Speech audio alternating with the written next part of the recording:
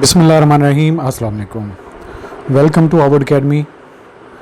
Dear aspirants, आज हम graphs पे बात करेंगे। आपका ये टॉपिक काफ़ी कॉम्प्लिकेटेड भी था और आप लोगों को थोड़ा इसमें फोकस करने की भी ज़रूरत है डेफिनेटली। तो हम उसी सैंपल से शुरू करेंगे जो आपके सैंपल पेपर में दिया गया एक फ़िगर है, उसकी हम कैसे वजाहत करते हैं और उसको हम कैसे अंडरस्टैंड करते हैं, और होप्स हो कि इससे आपकी काफ़ी सारी कंसेप्चुअल ग्रिप हो जाएगी ग्राफ के मुतालिक। सो पहले देख लेते हैं ग्राफ को पहले देख लेते हैं, फिर आपको उसकी शक्ल याद रहनी चाहिए। ये है आपका ग्राफ जिसके फिगर 3.1 के नाम से है। इसको हम पहले स्टेटमेंट को रीड आउट कर लेते हैं। Figure 3.1 presents. अब हर पॉइंट पे आपने इस तरीके से समझना है कि आगे चल के आपको चीज़ों की वजाहत करने में चीज़ों की कन्फ्यूजन ना हो। So figure 3.1 presents the distribution of income and wealth. दो चीज़ें हैं, एक ग्राफ में इनकम शो की गई है, एक wealth in Pakistan by deciles. Deciles का मतलब होता है डेसी से, जैसे होता है डेसी का मतलब होता है 10, यानी कि 10वां हिस्सा। रिवीलिंग जो जाहिर कर रहा है that the distribution of wealth, कि ये जो दौलत की तकसीम है इज़ रिलेटिवली मोर अनइक्वल, कि ये बराबर तकसीम में नहीं है than the distribution of the income. कि अगर हम इनकम की बात करें तो वो इक्वल डिस्ट्रीब्यूटेड है, जबकि वेल्थ की बात करें तो वो इक्वली डिस्ट्रीब्यूटेड नहीं है। Answer the following question. कुछ हमने इन सवालों के जवाब देने हैं, वो ग्राफ की मदद से हमने करना है। सबसे पहले तो आपने ये देखना है, टॉप पे आपको नज़र आ रहा है ब्लू कलर में इनकम। ऊपर देख लें कि share of households in wealth and income across deciles in Pakistan 2013 and 14, यानी कि 2013-14 में लिया गया ये डाटा है और इसमें वेल्थ और इनकम की डिस्ट्रीब्यूशन है डेसाइल्स के हवाले से। डेसाइल्स को पहले देख लेते हैं कि आबादी का पहला 10वां हिस्सा ये है, दूसरा 10वां हिस्सा ये है, तीसरा 10वां हिस्सा ये है, चौथा, पाँचवां, छठा, सातवां, आठवां, नौवां और 10वां। 10 हिस्सों में तकसीम करें तो ये हमारे पास डेसीज हैं, यानी कि डेसाइल्स में पहला डेसाइल है, दूसरा डेसाइल है, तीसरा है, चौथा है, पाँचवां है, छठा है, सातवां है, आठवां है, नौवां है और 10वां है। ये लास्ट वाला हमारे पास है। और वेल्थ की बात करें तो वेल्थ ब्लैक कलर को शो करता है। यहाँ पे जो दूसरा हिस्सा है, तीसरा हिस्सा है, चौथा हिस्सा है, पाँचवां हिस्सा है, छठा हिस्सा है, सातवां हिस्सा है, आठवां हिस्सा है और नौवां हिस्सा है और 10वां हिस्सा है ब्लैक वाला। ये किसको शो कर रहा है? वेल्थ को। अब इसके बाद आ जाता है टॉप 5% ऑफ वेल्थ। ये हमारे पास कितने हैं? ये भी 10वां हिस्सा है। इस 10वें का भी हिस्सा जो 5% है वो ये कह रहा है कि यहाँ पे हाईलाइट हो रहा है ये डायमंड की शक्ल में, और जो टॉप 1% है वो यहाँ पे शो कर रहा है, ये येलो कलर में लाइन है। ये 1% की इतनी वेल्थ है और जो 5% है उनकी इतनी वेल्थ है, और जो 10% है आखिरी वाले उनकी टोटल ये ब्लैक कलर वाली वेल्थ शो कर रहा है। और इनकम की बात करें तो ये ब्लू कलर वाली है, और देखा जाए तो इसमें कोई ज़्यादा लाइन जो है वो तेज़ नहीं है, स्टीप नहीं है, बल्कि आहिस्ता से यहाँ पे देखा जाए तो एकदम ऊपर चली जाती है लाइन। सो ये आपने अंडरस्टैंड करना है। यहाँ पे हमारे पास शेयर है कि कितना शेयर इसमें है, कितने परसेंट इसका हिस्सा यहाँ पे गिवन है। सो अब 2013-14 का डाटा है। हर पूरी आबादी को 10 हिस्सों में तकसीम किया गया है, और ब्लू कलर इनकम को शो करती है, ब्लैक कलर जो है वो वेल्थ को शो करती है। 1% यहाँ पे हमें शो करता है कि कितने उसके पास वेल्थ है, और 5% यहाँ पे शो करता है कि उसके पास कितना वेल्थ का हिस्सा है, और जो 10% है वो यहाँ पे शो करता है कि कितना उसके पास वेल्थ का हिस्सा है। ये आखिरी 10वां हिस्सा है आबादी का, ये भी 10वां हिस्सा है। ये सारी की सारी आबादी को अगर फ़र्ज़ किया पाकिस्तान की 20 करोड़ आबादी हो तो हर 10वें हिस्से को 2 करोड़ आवाम से या आबादी से शो किया गया। 2 करोड़ 2 करोड़ 2 करोड़ 2 करोड़। सो इस तरह से पूरी आबादी को, अगर 40 करोड़ हो तो 4 करोड़ 4 करोड़ का हिस्सा, मतलब उसको 10 हिस्सों में तकसीम किया गया। यहाँ तक तो आपको ग्राफ की काफ़ी हद तक समझ आ गई होगी जो मैंने आपको चीज़ें बताई हैं। अब हमने ग्राफ की मदद से ही इन सवालों के जवाब देना है। मैंने हर जगह पे लिखा है अकॉर्डिंग टू फिगर 3.1, यानी कि 3.1 ही फोकस में रहेगी। पहला हमारा क्वेश्चन बनता है according to the figure 3.1 what is the share of the top 1% of the household, यानी कि टॉप 1% जो हैं, जिनको फिगर में भी शो किया गया था कि 1% जो घराने हैं in total wealth in Pakistan, के पाकिस्तान में जो टॉप के 1% घराने हैं उनके पास कितनी वेल्थ है। सो अगेन फिगर को आप देखें तो यहाँ पे 1% है ये वाला, और यहाँ पे देखें ये हिस्सा यहाँ तक इनके पास जो पिछले भी हैं उनके पास मौजूद है। तो ये हमारा हिस्सा बनता है कितना, यहाँ पे 10% है, 10% से थोड़ा सा ऊपर है।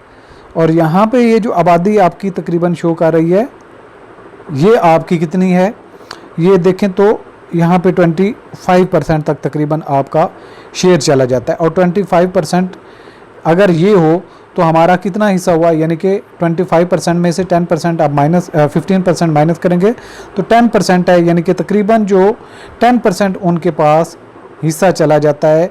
और अगर इसको आप 10% से अज्यूम करते हैं, इसको 10 वाली लाइन से लें, अगर इसको 10 वाली लाइन के ऊपर लेके आएँ, लेकिन ये 10 से ऊपर है, 15 तक चला जाता है, इसलिए 10% इसका शेयर चला जाता है। सो इस तरीके से आप देखते हैं कि आपका 10% होल्ड कौन सी कर रही है, ये जो 1% जो हमारा टॉप 1% जो रिचेस्ट पीपल हैं वो इतना हमारा शेयर वेल्थ का ऑक्यूपाई किए हुए हैं। अगला क्वेश्चन की तरफ जाएं, what is the share of the top 5% of the house holds in total wealth in Pakistan.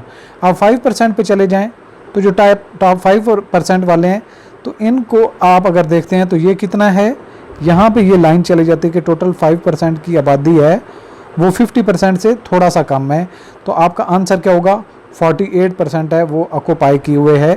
और अगर यहाँ पे पिछली फिगर जो पिछला हमारा क्वेश्चन था, अगर सिर्फ आप जो 1% आबादी का कहते हैं तो चूंकि ये हमारी 10% टोटल आबादी शो कर रही है, 1% यहाँ पे फिगर शो कर रहा है, तो यहाँ पे देखें तो ये टोटल जो है 25% पे आपका लाइन पे जा रहा है।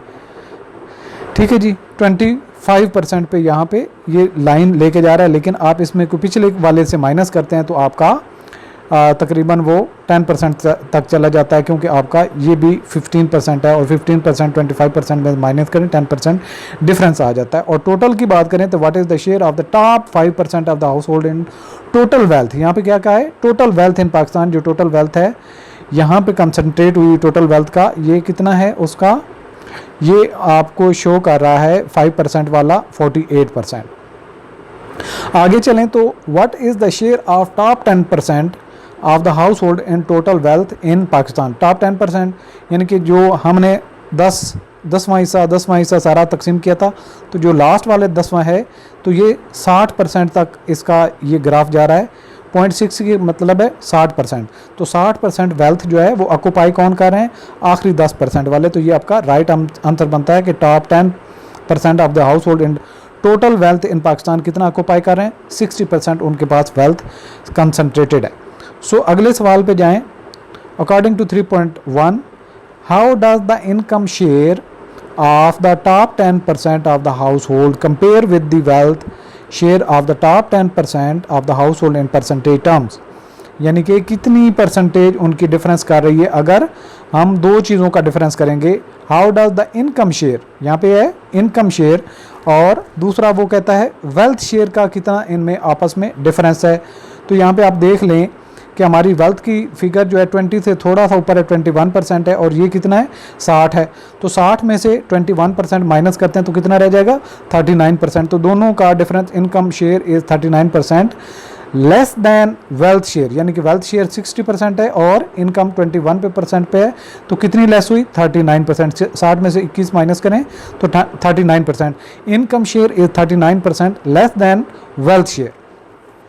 अच्छा आगे चलें तो जो हमारा क्वेश्चन है, based on the distribution of wealth and income, क्या है डिस्ट्रीब्यूशन किसकी है, वेल्थ की है, इनकम है, बाई डेसाइल्स इन पाकिस्तान, यानी पाकिस्तान की आबादी को 10 हिस्सों में तकसीम किया जाए तो which decile shows the greatest disparity between income and wealth, कि हमारे पास 10 हिस्से हैं आबादी के, पहला दूसरा तीसरा चौथा, तो इन 1 2 3 4 5 अल्टीमेटली 10, इनमें से कौन सा 10वां हिस्सा है जिसकी इनकम में और वेल्थ में डिस्ट्रीब्यूशन जो है वो ज़्यादा फ़र्क है।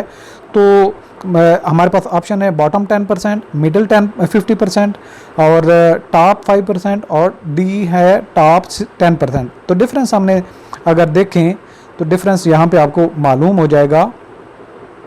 यहाँ पे अब यहाँ पे देखें तो आपका यहाँ पे देखें 60% वेल्थ है और इसकी 21% आपकी वेल्थ है। तो डिफरेंस कितना है? 39%।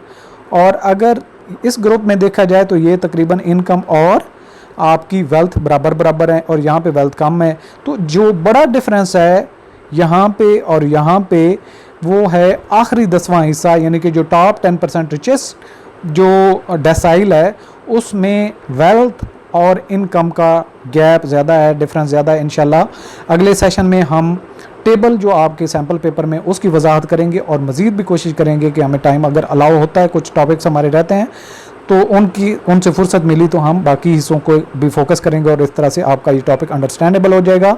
आप अभी तक भी जो स्टूडेंट्स हैं जिनको हार्वर्ड अकेडमी के प्लेटफॉर्म से उन्होंने फ़ायदा नहीं उठाया, वो हमारे मॉक टेस्ट, हमारे जो गेस्ट पेपर्स हैं उनसे भरपूर फ़ायदा उठा सकते हैं।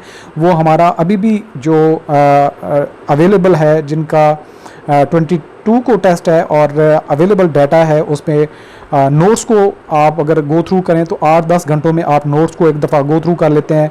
फिर MCQs पे जितनी प्रैक्टिस कर सकते हैं तो इस तरह से भी आपकी शॉर्ट टाइम में प्रिपरेशन हो जाती है, अच्छी रिवीजन हो जाती है। मुझे इजाज़त दीजिए, इंशाल्लाह नेक्स्ट सेशन में इंपॉर्टेंट कोई बात आपसे डिस्कस करते हैं। खुदा हाफिज़।